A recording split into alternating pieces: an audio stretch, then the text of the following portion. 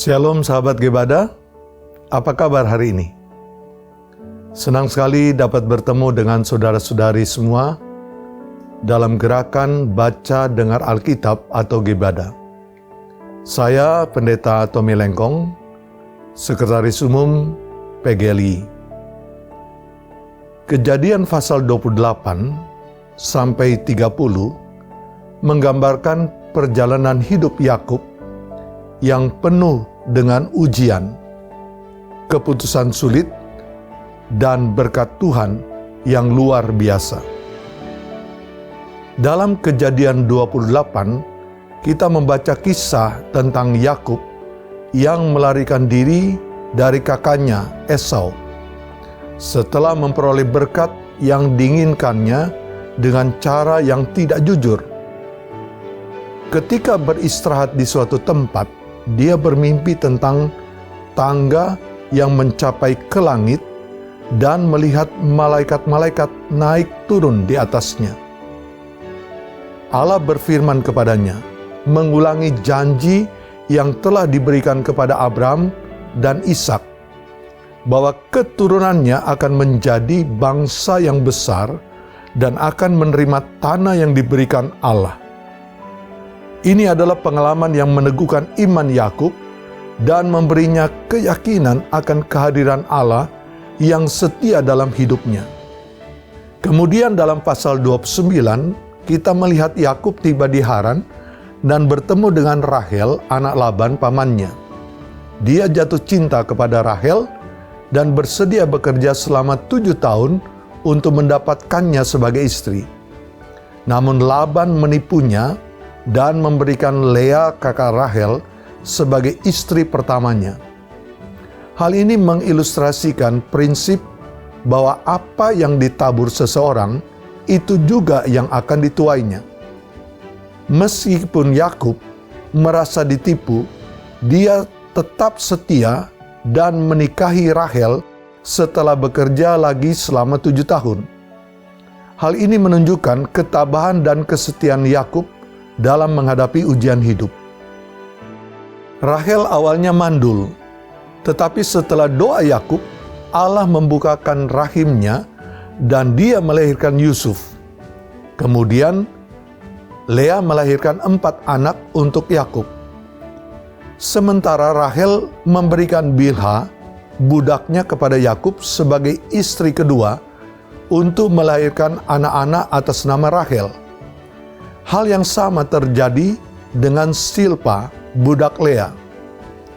Kesuburan dan keturunan menjadi tema penting di sini, menunjukkan bagaimana Allah memberkati Yakub meskipun keadaan yang sulit. Dalam Kejadian 30, kita mendapati perselisihan antara Yakub dan Laban. Hubungan antara Yakub dan Laban menjadi tegang karena manipulasi Laban terhadap Yakub. Meskipun demikian, Allah melindungi Yakub dan memberkatinya dalam kekayaan berupa ternak. Akhirnya Yakub memutuskan untuk kembali ke tanah asalnya setelah menerima instruksi dari Allah. Meskipun perselisihan itu rumit, Allah tetap mengatur segala sesuatu demi kemuliaannya dan untuk memberkati Yakub. Dengan demikian, Kejadian pasal 28 sampai 30 menggambarkan perjalanan spiritual fisik Yakub yang penuh dengan perjuangan dan pengujian, dan berkat Tuhan yang mengikuti setiap langkahnya. Dengan mengingat bahwa Allah setia dalam memelihara dan mengarahkan umatnya melalui segala situasi kehidupan, mari kita membaca Kejadian pasal 28 sampai 30.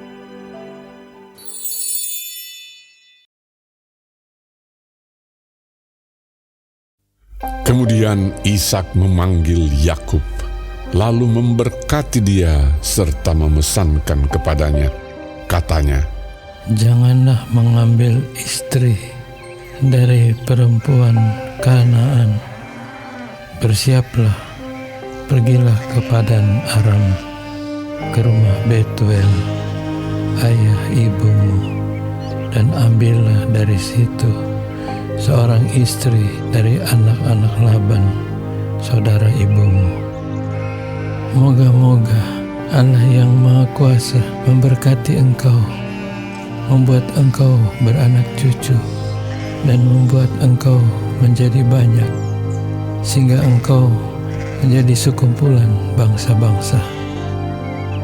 Moga-moga Ia memberikan kepadamu berkat yang untuk Abraham, kepadamu serta kepada keturunanmu, sehingga engkau memiliki negeri ini yang kau diami sebagai orang asing yang telah diberikan Allah kepada Abraham. Demikianlah Ishak melepas Yakub, lalu berangkatlah Yakub ke Padan Aram, kepada Laban anak Betuel, orang Aram itu, saudara Ribka, ibu Yakub dan Esau. Ketika Esau melihat bahwa Ishak telah memberkati Yakub dan melepasnya ke Padan Aram untuk mengambil istri dari situ, pada waktu ia memberkatinya, ia telah memesankan kepada Yakub, "Janganlah ambil istri dari antara perempuan Kanaan." Dan bahwa Yakub mendengarkan perkataan ayah dan ibunya dan pergi ke Padan Aram. Maka Esau pun menyadari bahwa perempuan Kanaan itu tidak disukai oleh Ishak ayahnya. Sebab itu ia pergi kepada Ismail dan mengambil Mahalat menjadi istrinya, di samping kedua istrinya yang telah ada.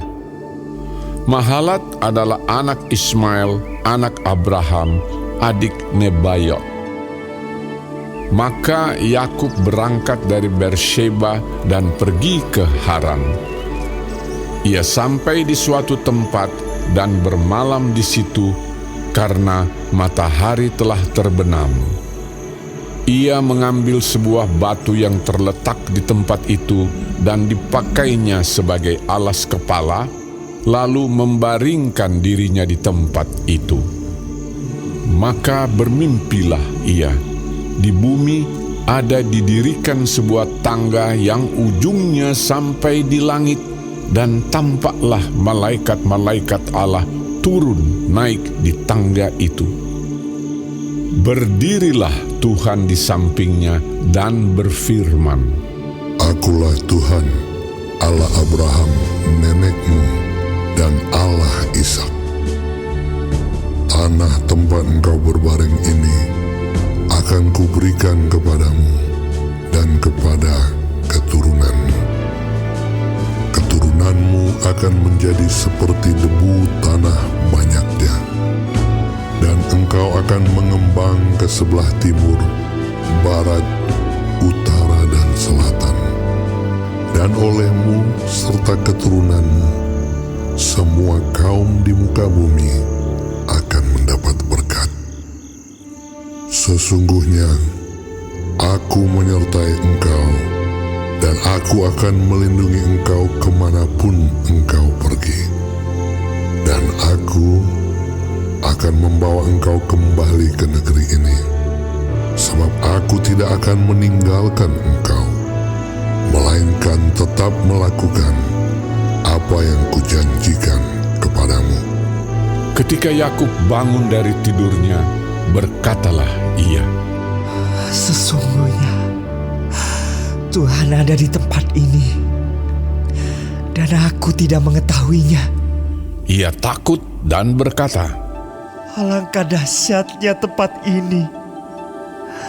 Ini tidak lain dari rumah Allah. Ini pintu gerbang sorga. Keesokan harinya pagi-pagi Yakub mengambil batu yang dipakainya sebagai alas kepala dan mendirikan itu menjadi tugu dan menuang minyak ke atasnya. Ia menamai tempat itu Betel.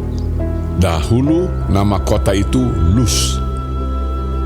Lalu bernasarlah Yakub, "Jika Allah akan menyertai dan akan melindungi aku di jalan yang kutempuh ini, memberikan kepadaku roti untuk dimakan dan pakaian untuk dipakai, sehingga aku selamat kembali ke rumah ayahku, maka Tuhan akan menjadi Allahku. Dan batu yang kudirikan sebagai tugu ini akan menjadi rumah Allah. Dari segala sesuatu yang Engkau berikan kepadaku, akan selalu kupersembahkan 1/10 kepadamu.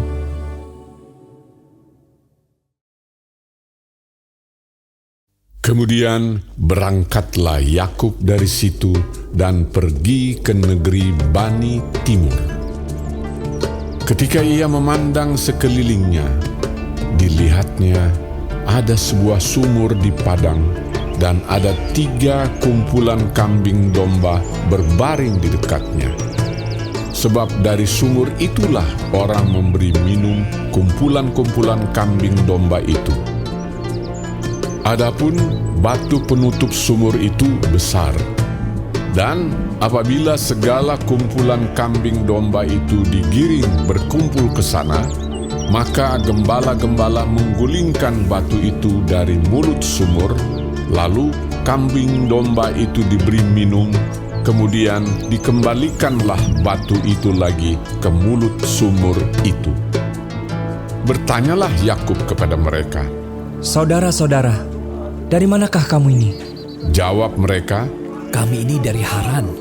Lagi katanya kepada mereka, Kenalkah kamu Laban, cucu Nahor? jawab mereka. Kami kenal.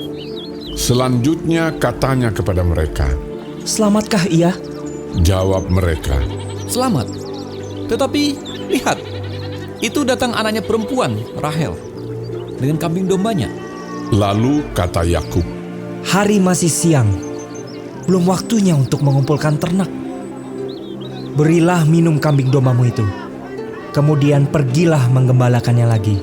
tetapi jawab mereka, Kami tidak dapat melakukan itu selama segala kumpulan binatang itu belum berkumpul. Barulah batu itu digulingkan dari mulut sumur, dan kami memberi minum kambing domba kami. selagi ia berkata-kata dengan mereka, datanglah Rahel dengan kambing domba ayahnya, sebab dialah yang menggembalakannya. Ketika Yakub melihat Rahel, anak Laban saudara ibunya, serta kambing domba Laban, ia datang mendekat, lalu menggulingkan batu itu dari mulut sumur dan memberi minum kambing domba itu. Kemudian Yakub mencium Rahel serta menangis dengan suara keras. Lalu Yakub menceritakan kepada Rahel bahwa ia sanak saudara ayah Rahel dan anak Ribka. Maka berlarilah Rahel menceritakannya kepada ayahnya. Segera sesudah Laban mendengar kabar tentang Yakub, anak saudaranya itu, berlarilah ia menyongsong dia, lalu mendekap dan mencium dia. Kemudian membawanya ke rumahnya.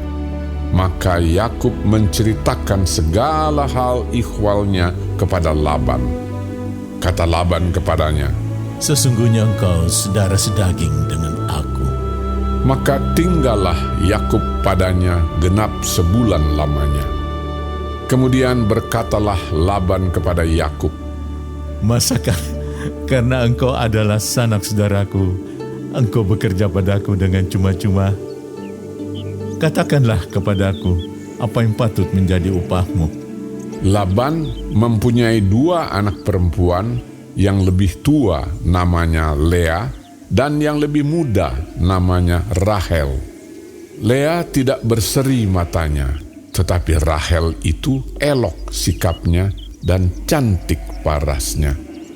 Yakub cinta kepada Rahel, sebab itu ia berkata, Aku mau bekerja padamu 7 tahun lamanya untuk mendapat Rahel, anakmu yang lebih muda itu. Sahut Laban, Lebih baiklah ia kuberikan kepadamu daripada kepada orang lain. Maka tinggallah padaku. jadi bekerjalah Yakub 7 tahun lamanya untuk mendapat Rahel itu. Tetapi yang 7 tahun itu dianggapnya seperti beberapa hari saja karena cintanya kepada Rahel. Sesudah itu berkatalah Yakub kepada Laban, Berikanlah kepadaku bakal istriku itu, sebab jangka waktuku telah genap, supaya aku akan kawin dengan dia. Lalu Laban mengundang semua orang di tempat itu dan mengadakan perjamuan. Tetapi pada waktu malam diambilnyalah Lea, anaknya, lalu dibawanya kepada Yakub. Maka Yakub pun menghampiri dia. Lagi pula Laban memberikan Zilpa, budaknya perempuan, kepada Lea, anaknya itu menjadi budaknya. Tetapi pada waktu pagi tampaklah bahwa itu Lea. Lalu berkatalah Yakub kepada Laban, Apakah yang kau perbuat terhadap aku ini? Bukankah untuk mendapat Rahel aku bekerja padamu? Mengapa engkau menipu aku? Jawab Laban, Tidak biasa orang berbuat demikian di tempat kami ini, mengawinkan adiknya lebih dahulu daripada kakaknya. Genapilah dahulu 7 hari perkawinanmu dengan anakku ini. Kemudian anakku yang lain pun akan diberikan kepadamu sebagai upah. Asal engkau bekerja pula padaku 7 tahun lagi. Maka Yakub berbuat demikian. Ia menggenapi ke-7 hari perkawinannya dengan Lea. Kemudian Laban memberikan kepadanya Rahel, anaknya itu, menjadi istrinya. Lagi pula Laban memberikan Bilha, budaknya perempuan, kepada Rahel, anaknya itu, menjadi budaknya. Yakub menghampiri Rahel juga, malah ia lebih cinta kepada Rahel daripada kepada Lea. Demikianlah ia bekerja pula pada Laban 7 tahun lagi. Ketika Tuhan melihat bahwa Lea tidak dicintai, dibukanyalah kandungannya, tetapi Rahel mandul. Lea mengandung, lalu melahirkan seorang anak laki-laki dan menamainya Ruben, sebab katanya, Sungguhnya Tuhan telah memperhatikan kesengsaraanku. Sekarang tentulah aku akan dicintai oleh suamiku. Mengandung pulalah ia, lalu melahirkan seorang anak laki-laki, maka ia berkata, Sesungguhnya Tuhan telah mendengar bahwa aku tidak dicintai. Lalu diberikannya pula anak ini kepadaku. Maka ia menamai anak itu Simeon. Mengandung pulalah ia, lalu melahirkan seorang anak laki-laki, maka ia berkata, Sekali ini suamiku akan lebih erat kepadaku, karena aku telah melahirkan 3 anak laki-laki baginya. Itulah sebabnya ia menamai anak itu Lewi. Mengandung pulalah ia, lalu melahirkan seorang anak laki-laki, maka ia berkata, Sekali ini aku akan bersyukur kepada Tuhan. Itulah sebabnya ia menamai anak itu Yehuda. Sesudah itu ia tidak melahirkan lagi.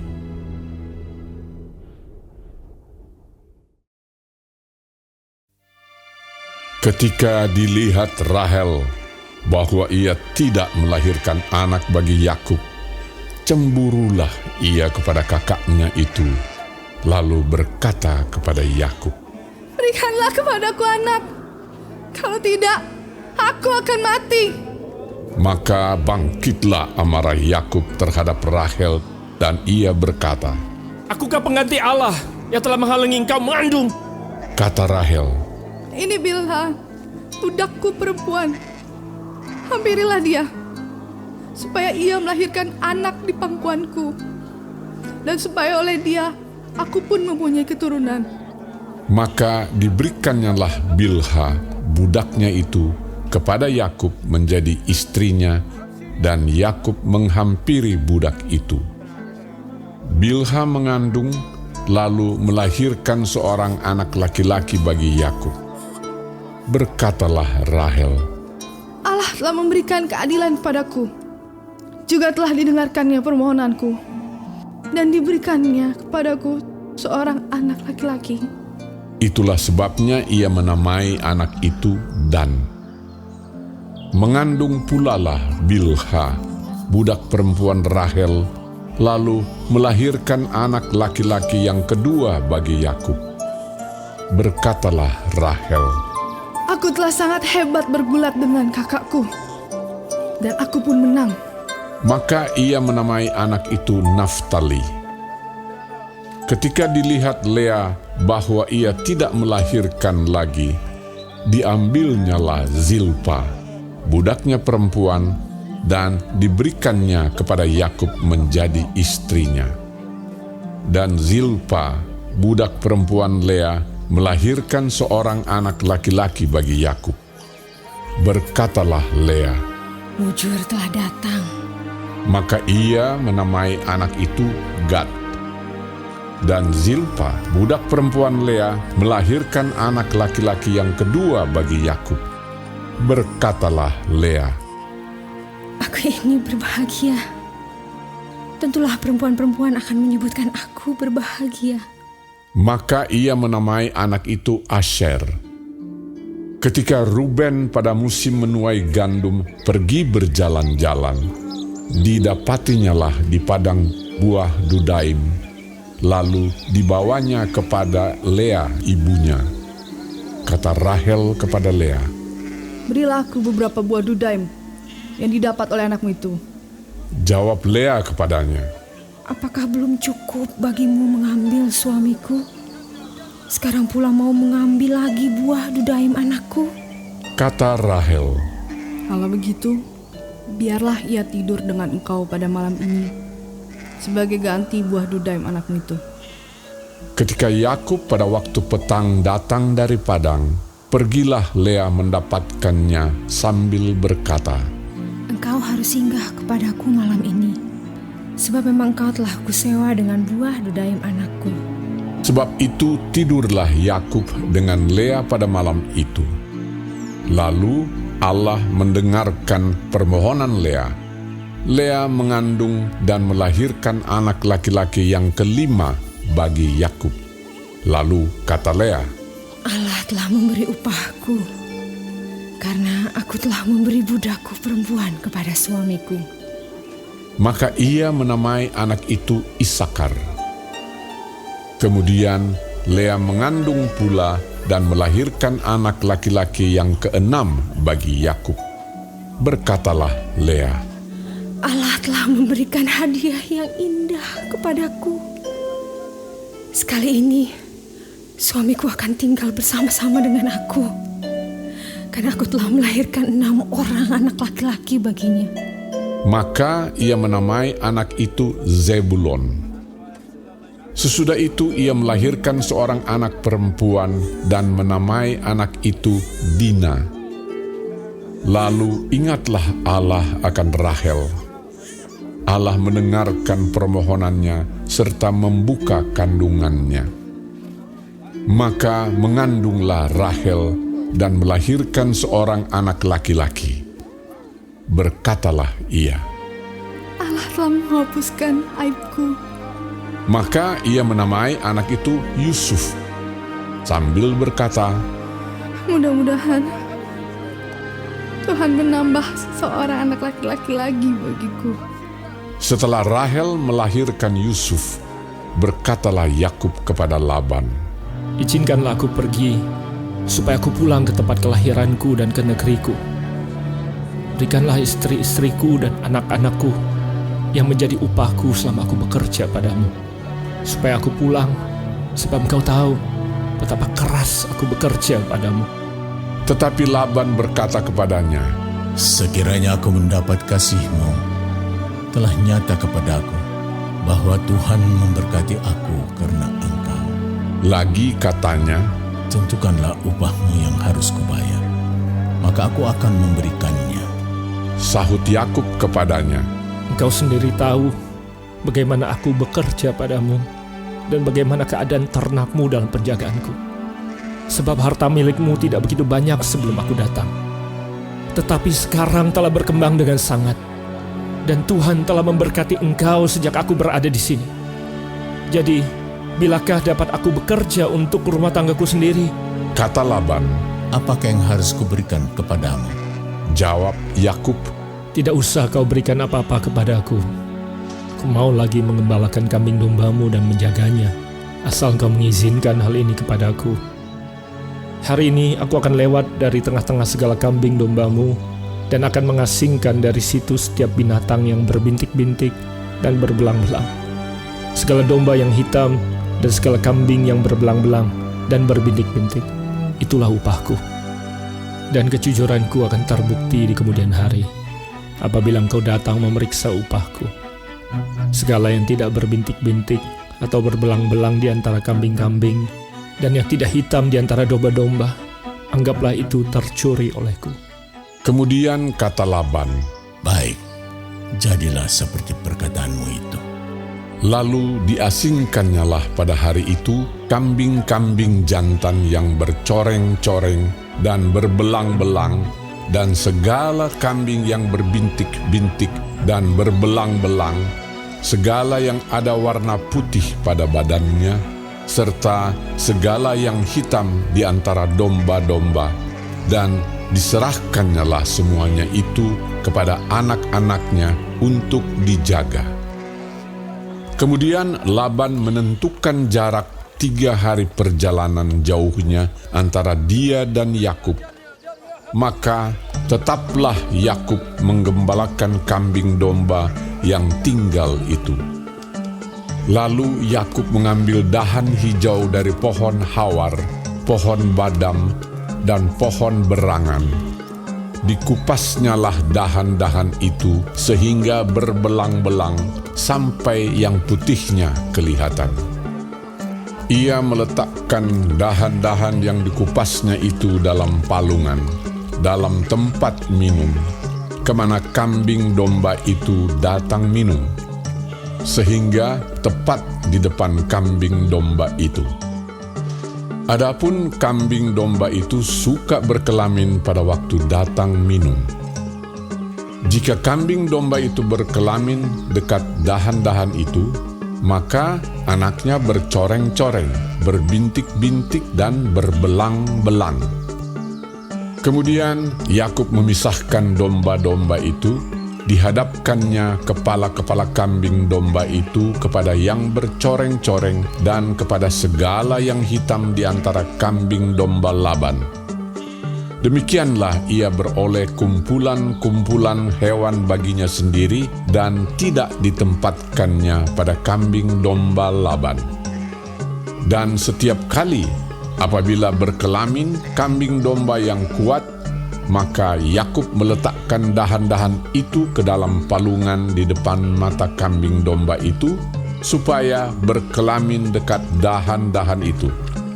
Tetapi apabila datang kambing domba yang lemah, ia tidak meletakkan dahan-dahan itu ke dalamnya.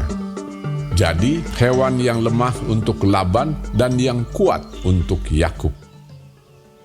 Maka sangatlah bertambah-tambah harta Yakub, dan ia mempunyai banyak kambing domba, budak perempuan, dan laki-laki, unta dan keledai.